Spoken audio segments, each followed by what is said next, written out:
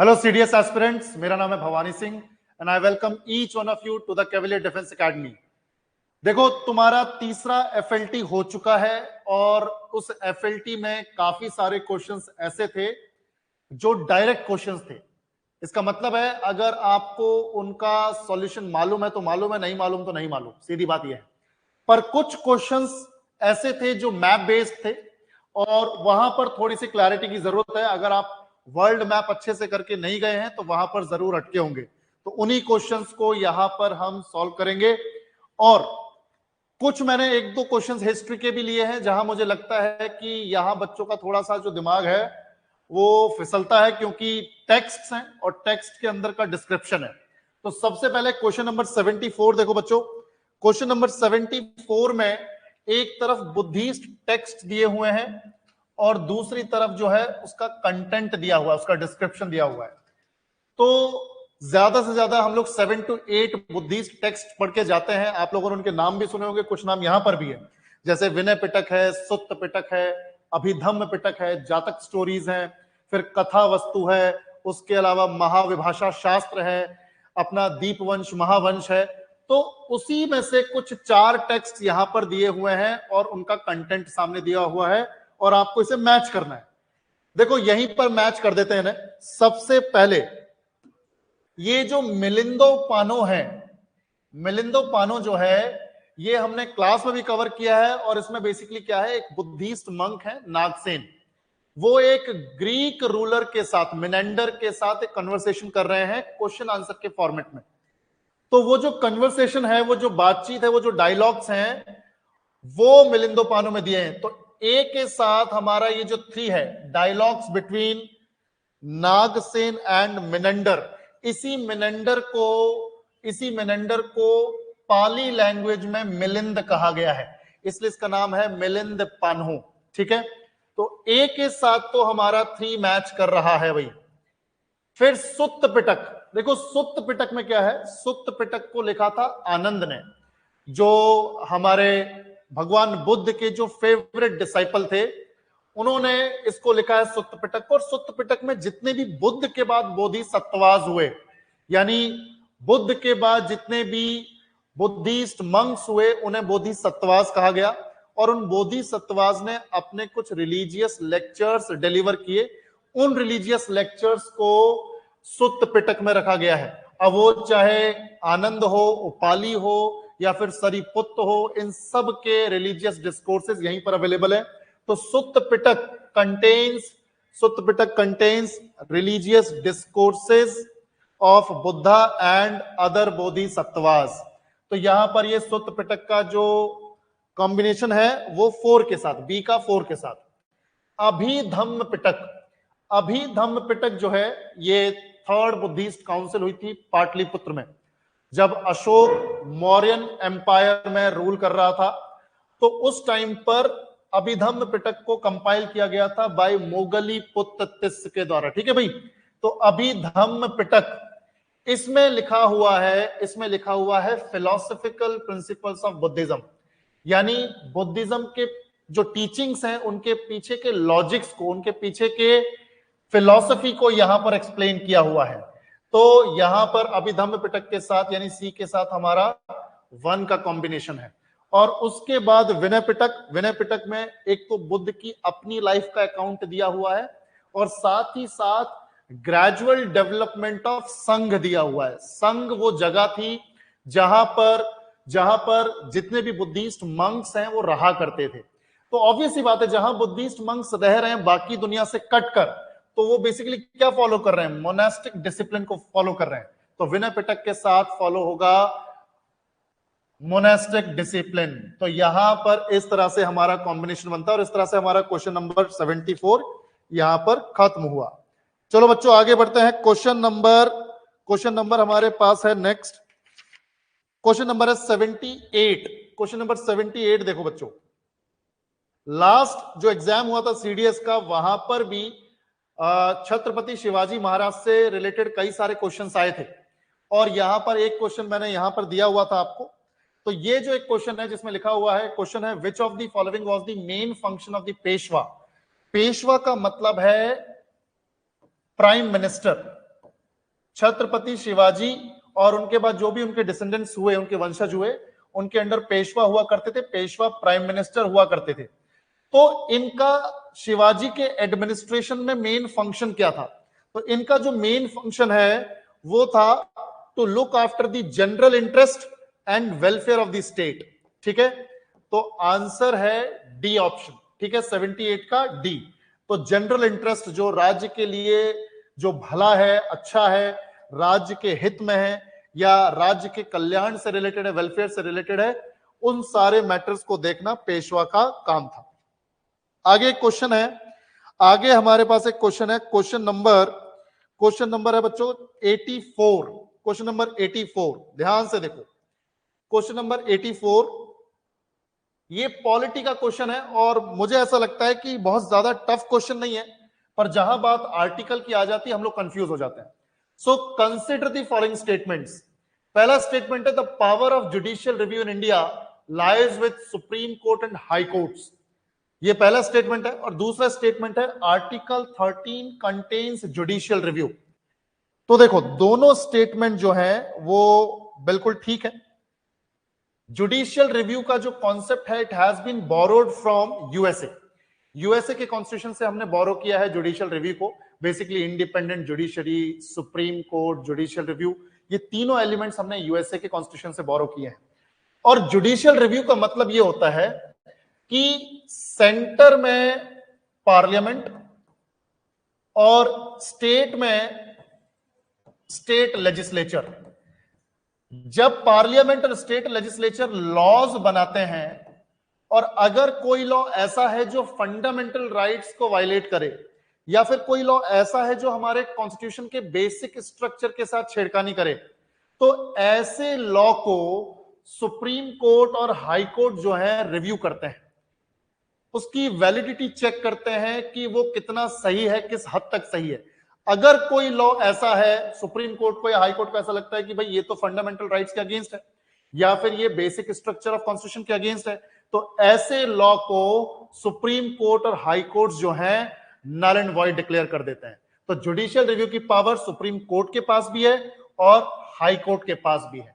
तो इस तरह से पहला स्टेटमेंट ठीक हुआ। आर्टिकल 13 कंटेन जुडिशियल रिव्यू, बिल्कुल आप सब जानते हो हमारे कॉन्स्टिट्यूशन का पार्ट 3 जहां पर फंडामेंटल राइट्स हैं, and this part 3 starts from article 12 और ये जाता है 35 तक।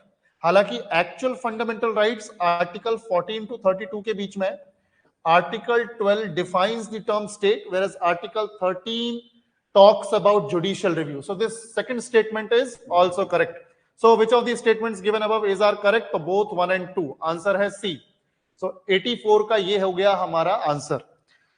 उसके बाद बच्चों एक क्वेश्चन है 85 बहुत इंपॉर्टेंट है और पिछले 2-3 साल में फ्रिक्वेंटली यहां से क्वेश्चन आ रहा है। अगर आपने प्रीवियस ईयर्स को देखा है तो बेसिकली पंचायती राज सिस्टम, पीआरएस, पंचायती राज सिस्टम से रिलेटेड क्वेश्चंस आ रहे हैं और क्वेश्चन नंबर 85 इसी से रिलेटेड है। और क्वेश्चन क्या बोल रहा है एक बार चेक करो। Under which one of the following provisions is reservation for the scheduled caste and scheduled tribes in every panchayat made. देखो बेसिक बात यह है, जब 73rd कॉन्स्टिट्यूशनल अमेंडमेंट एक्ट आया था 1993 में, तो इस 73rd कॉन्स्टिट्यूशनल अमेंडमेंट एक्ट ने एक तो पार्ट 9 क्रिएट किया, उसी के साथ पार्ट 9 में आर्टिकल 243 से लेकर 243O तक, ओ के आगे नहीं है, 243 से लेकर 243O तक यहां पर पंचायती राज सिस्टम के प्रोविजंस को एनश्राइन कर दिया। और यही वो कॉन्स्टिट्यूशनल अमेंडमेंट एक्ट है जिसने 11th शेड्यूल को भी ऐड किया था और 11th शेड्यूल में पंचायती राज सिस्टम को 29 सब्जेक्ट्स दिए थे काम करने के लिए, जिसमें आप कह सकते हो कि गांव में अगर ड्रिंकिंग वाटर फैसिलिटी नहीं है तो ड्रिंकिंग वाटर फैसिलिटी अवेल करवाना, प्राइमरी हेल्थ सेंटर नहीं है तो वो हेल्थ सेंटर अवेल करवाना, मार्केट कंडक्ट करवाना, फेयर कंडक्ट करवाना, रूरल प्लानिंग करना, उसके बाद अगर कोई सड़क नहीं है तो सड़क बनवाना। तो इस तरह के काम है, 29 सब्जेक्ट्स हैं जिन पर काम करना है पंचायती राज सिस्टम को अंडर 11th शेड्यूल। अब बेसिक बात यह है कि 73rd कॉन्स्टिट्यूशनल अमेंडमेंट एक्ट ने 243 से 243 ओ के बीच में, ये जो आर्टिकल्स इनके बीच में पंचायती राज सिस्टम के प्रोविजंस को डाला है। तो इसमें यहां पे ध्यान से देखो, एस तो होना ही नहीं चाहिए, 243 एस तो यहां पे होना ही नहीं चाहिए, क्योंकि 243 ओ तक ही है पंचायती राज सिस्टम। तो ऑप्शन सी तो वैसे ही खत्म हो गया। अब ध्यान से देखो, आर्टिकल 243 ओ में दिया हुआ है कि पंचायत के इलेक्शन से रिलेटेड मामलों में कोर्ट का इंटरफेरेंस नहीं होगा। याद रखना बच्चों, 243 ओ में क्या दिया हुआ है कि पंचायत के इलेक्शन से रिलेटेड मामलों में कोर्ट्स का इंटरफेयर नहीं होगा। तो ए यहां पर खत्म, रिजर्वेशन की बात ही नहीं कर रहा है। आर्टिकल 243 के से याद रखो बच्चों, कमीशन, स्टेट इलेक्शन कमीशन, यानी पंचायतों का इलेक्शन करवाने के लिए, पंचायतों का इलेक्शन कंडक्ट करवाने के लिए एक स्टेट इलेक्शन कमीशन का होना जरूरी है।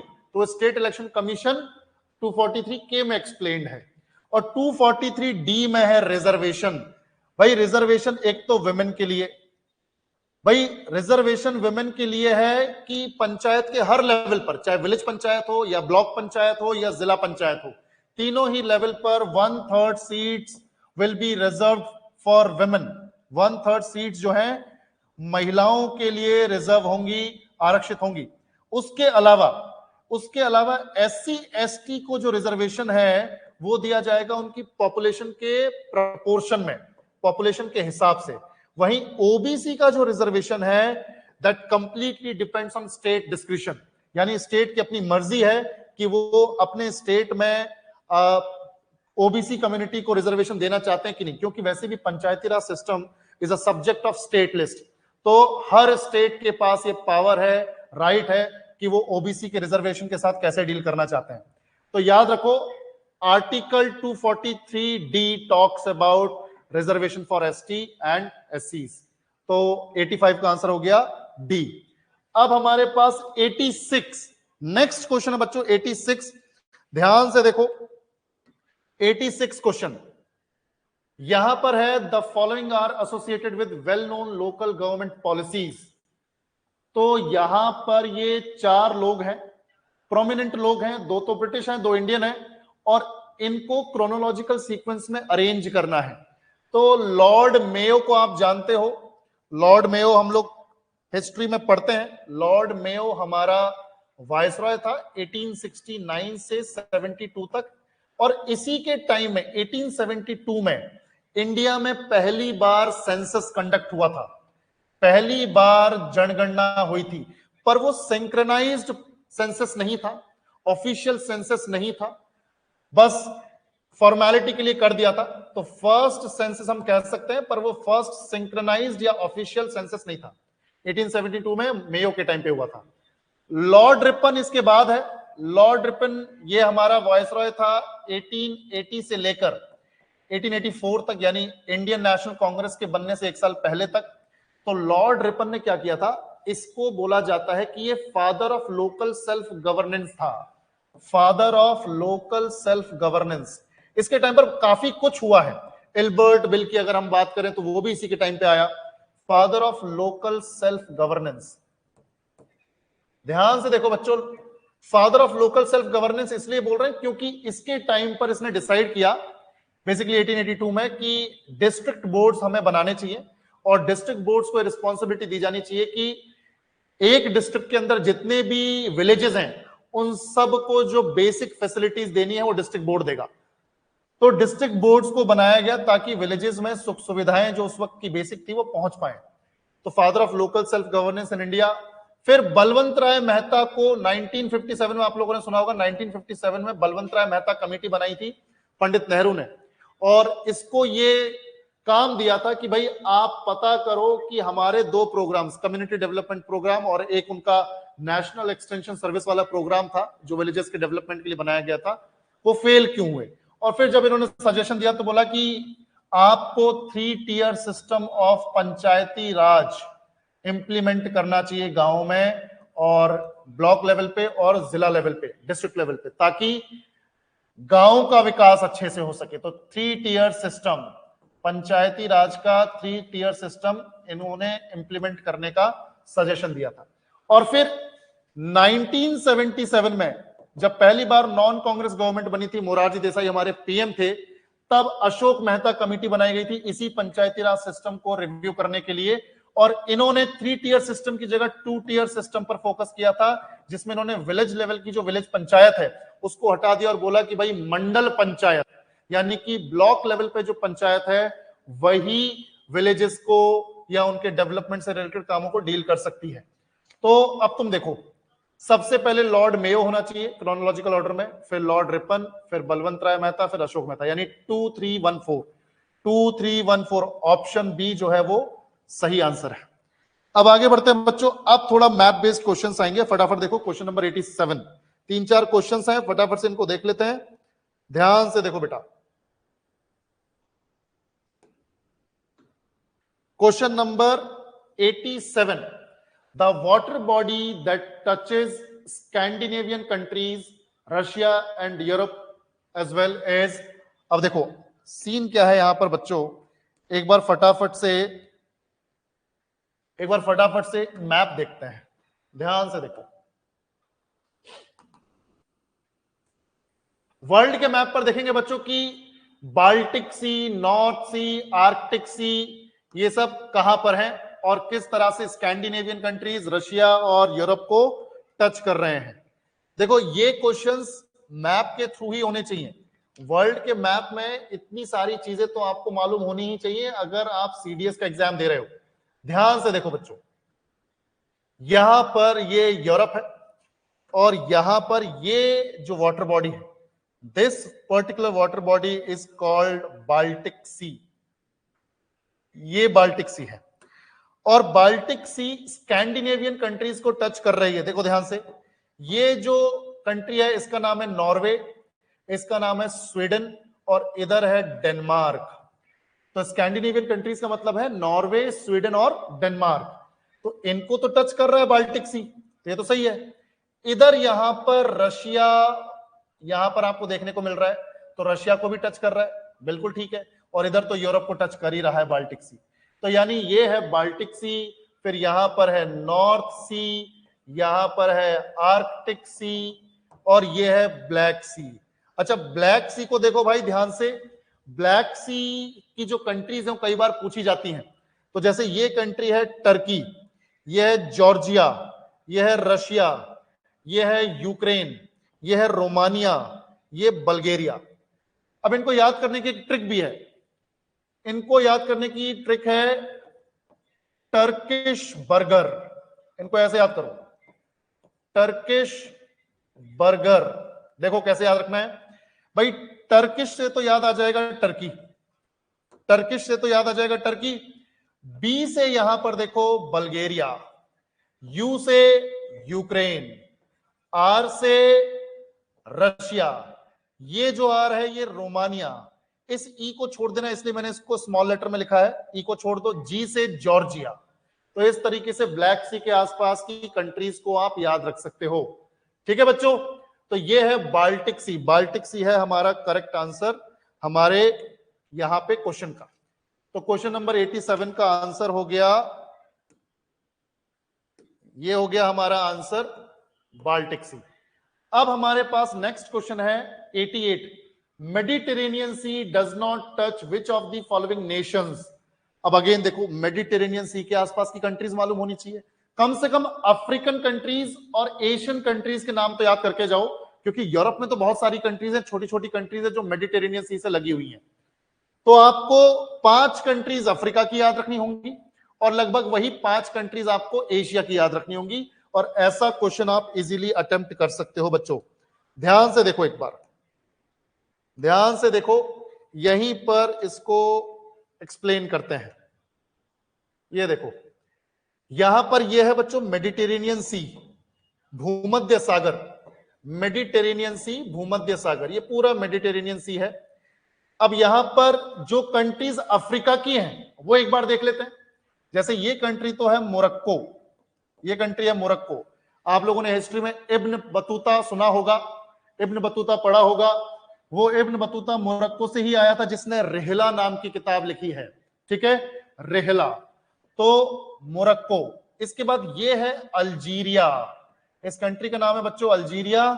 और यह है ट्यूनीशिया, ये ट्यूनीशिया है छोटी सी कंट्री, उसके बाद ये लीबिया है, और उसके बाद ये है इजिप्ट, मिस्र जिसे बोलते हैं, ये है इजिप्ट। तो अफ्रीका जो देखो 5 कंट्रीज हैं। उसके बाद एशिया की देखो बच्चों, एशिया की यहां पर है इजराइल, उसके बाद यहां पर है लेबनान, उसके बाद यहां पर है सीरिया, उसके बाद ये टर्की, और एक ये आइलैंड कंट्री जिसका नाम है साइप्रस। ठीक है, साइप्रस। तो इजराइल, लेबनान, सीरिया, साइप्रस और टर्की। अब क्वेश्चन ये था कि मेडिटेरेनियन सी के साथ कौन सी कंट्रीज का बॉर्डर नहीं लगता। अब मुझे एक बात बताओ, इजराइल का तो लग रहा है, लेबनान का भी लग रहा है, सीरिया का भी लग रहा है, और टर्की का भी लग रहा है। साइप्रस तो मेडिटेरेनियन सी के अंदर ही है। तो अगर हम क्वेश्चन की तरफ चलें तो आपको समझ में आएगा। देखो यहां पर ऑप्शन है Jordan and Saudi Arabia, Lebanon और Israel, Turkey and Syria, Israel and Syria. बच्चों अभी हम लोगों ने पढ़ा कि भाई इजराइल, लेबनान, सीरिया और टर्की के साथ तो बॉर्डर है, तो ये भी नहीं होगा, डी भी नहीं होगा, सी भी नहीं होगा, बी भी नहीं होगा। जॉर्डन और सऊदी अरेबिया हमने नहीं पढ़ा। जॉर्डन और सऊदी अरेबिया की लोकेशन अगर आप देखोगे ध्यान से, तो देखो बच्चों ये यहां पर है सऊदी अरेबिया, तो ये है, ये सऊदी अरेबिया है, इसका तो यही बॉर्डर खत्म हो गया, तो कहां ये टच कर रहा है मेडिटेरेनियन सी को। और ये जॉर्डन है, इसका भी टच नहीं कर रहा है। तो जॉर्डन और सऊदी अरेबिया जो ऑप्शन है वो है हमारा करेक्ट आंसर। चलो क्वेश्चन नंबर 89, ये बड़ा सिंपल है और हम इसे ऑलरेडी डिस्कस कर चुके हैं।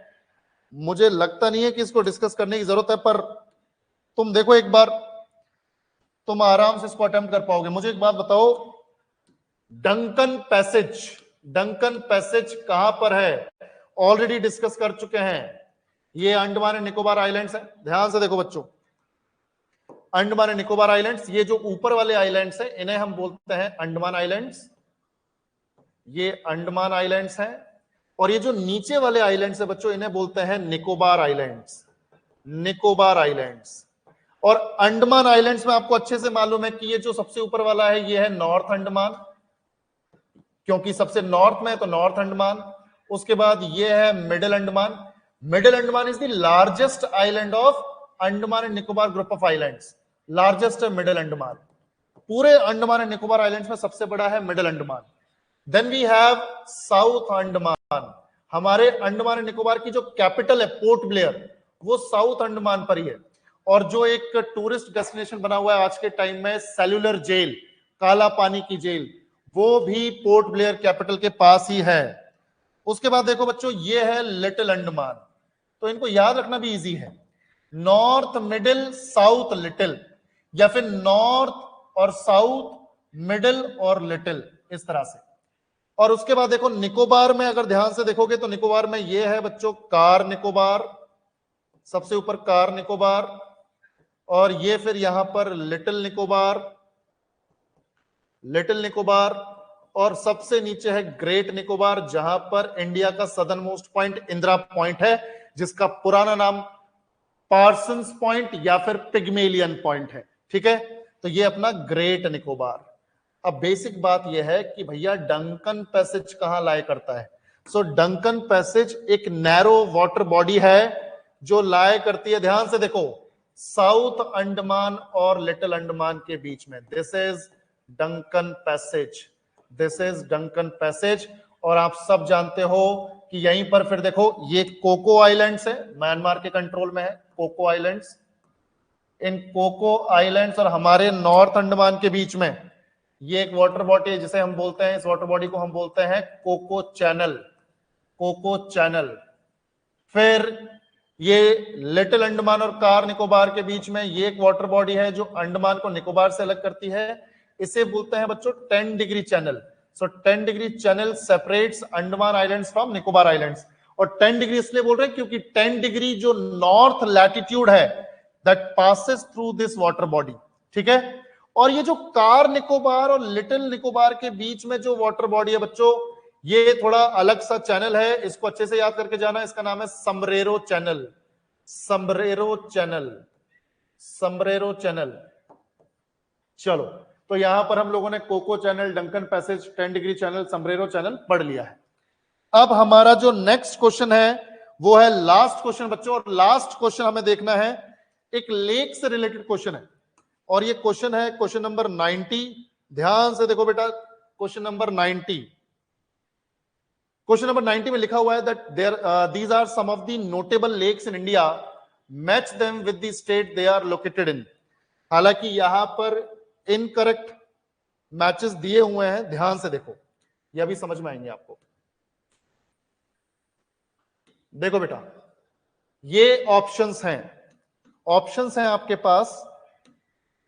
पुलिकट लेक, अब जिसने पुलिकट लेक पढ़ी है, और क्लास में तो हमने भी की थी, तो पुलिकट लेक आप सबको मालूम है केरल में नहीं है बच्चों, पुलिकट लेक है आंध्र प्रदेश में, और जहां पर आंध्र प्रदेश और तमिलनाडु का बॉर्डर है वहां पर है, and it is associated with Shri Harikota island which is known for ISRO's famous space center which is Satish Dhawan Space Center, and that space center is known for launching pad for satellites। ठीक है, तो आंध्र प्रदेश में है Pulicat lake. ये जो Haflong lake है ना, ये अरुणाचल में नहीं है बच्चों, ये असम में है, सिलचर के थोड़ा नॉर्थ में। जैसे अगर मैं नॉर्थ ईस्ट का ये मैप भी बनाऊं तो आपको ये समझ में आ जाएगा। देखो ध्यान से, इस तरह से ये यहां पर अपना बांग्लादेश, ध्यान से देखो, ये अपना यहां पर मेघालय, ये अरुणाचल, ये नागालैंड, ये मणिपुर, ये मिजोरम, ये त्रिपुरा। अब देखो ध्यान से बच्चों, यहां पर ये सिलचर है, आप सबको मालूम होगा सिलचर, पोरबंदर और सिलचर ईस्ट वेस्ट कॉरिडोर है ना, तो ये सिलचर, और इसी सिलचर के थोड़ा नॉर्थ में है हाफलॉन्ग लेक, अपनी सीनिक ब्यूटी की वजह से जानी जाती है, आसपास हिल्स हैं, तो एक छोटा सा टूरिस्ट डेस्टिनेशन है हाफलॉन्ग, असम में। ये असम में है, अरुणाचल में नहीं है, तो ये भी गलत मैच हुआ। सरदार सरोवर डैम हरियाणा में दिखाया हुआ है, जबकि ये गुजरात में है, और आप सबको मालूम है नर्मदा नदी के ऊपर है, केवड़िया नाम की जगह पर, और इंडिया का one of the largest dams में काउंट होता है। और इसका जो फाउंडेशन स्टोन है ये रखा था 1961 में पंडित नेहरू ने, पर इसका कंस्ट्रक्शन कंप्लीट हुआ 2017 में, तब से ये फंक्शनल है सरदार सरोवर डैम। और अब तो 2018 के बाद से सरदार सरोवर डैम और ज्यादा फेमस हो गया है, क्योंकि इसके just opposite Statue of Unity है, सरदार वल्लभ भाई पटेल का स्टैच्यू है, which is 182 metres high, and it is world's tallest statue as of now, and it was constructed by L&T, Larsen and Toubro company, and this statue was designed by Ram V Sutar, याद रखना। तो Sardar Sarovar dam Haryana में नहीं है, ये गुजरात में है। तो भाई ये तीनों तो यहां पर गलत हो गए। चंद्रताल लेक ये हिमाचल प्रदेश में है, चंद्रताल लेक मनाली के थोड़ा नॉर्थ ईस्ट में है चंद्रताल, और बारालाचा के नजदीक है, बारालाचा जो पास है उसके नजदीक है। और चंद्रताल के बारे में एक कहानी बताई जाती है कि चंद्रताल वो जगह है जहां पर भगवान इंद्र आए थे अपने रथ में बैठकर, और युधिष्ठिर को वहां से लेके गए थे स्वर्ग के लिए। ठीक है, और ऐसा माना जाता है, जो लोकल वहां की लेजेंड्स हैं वो इस तरह की हैं कि भाई रात को वहां पर परियां आती हैं चंद्रताल लेक के पास। तो टूरिस्ट डेस्टिनेशन के तौर पे बहुत बढ़िया है, पर यहाँ पे ठहरने का कोई इंतजाम नहीं है, बहुत सुंदर लेक है। तो चंद्रताल इज इन हिमाचल प्रदेश। तो यहां पर जो 4 ओनली है, यह है हमारा करेक्ट आंसर, यानी यही करेक्टली मैच्ड है, बाकी तो तीनों ऐसे ही लिखी हुई है। चलो, तो इस तरह से हमारा ये जो मुझे ऐसा लगता है कि टफ क्वेश्चंस थे वो पूरे हुए। और आप सभी को ये बताना चाहूंगा कि 21 अप्रैल को जब आपका एग्जाम होगा, उस दिन हम द कैवलियर डिफेंस एकेडमी की टीम लाइव होगी सॉल्यूशंस के साथ, और आप सब हमारे साथ जुड़ सकते हैं हमारे यूट्यूब प्लेटफॉर्म पर। तो सभी को ऑल द बेस्ट, सभी अच्छे से पेपर क्लियर करके आओ, और उसके बाद पार्टी वार्टी करेंगे आगे जाके। ठीक है, thank you so much, take care.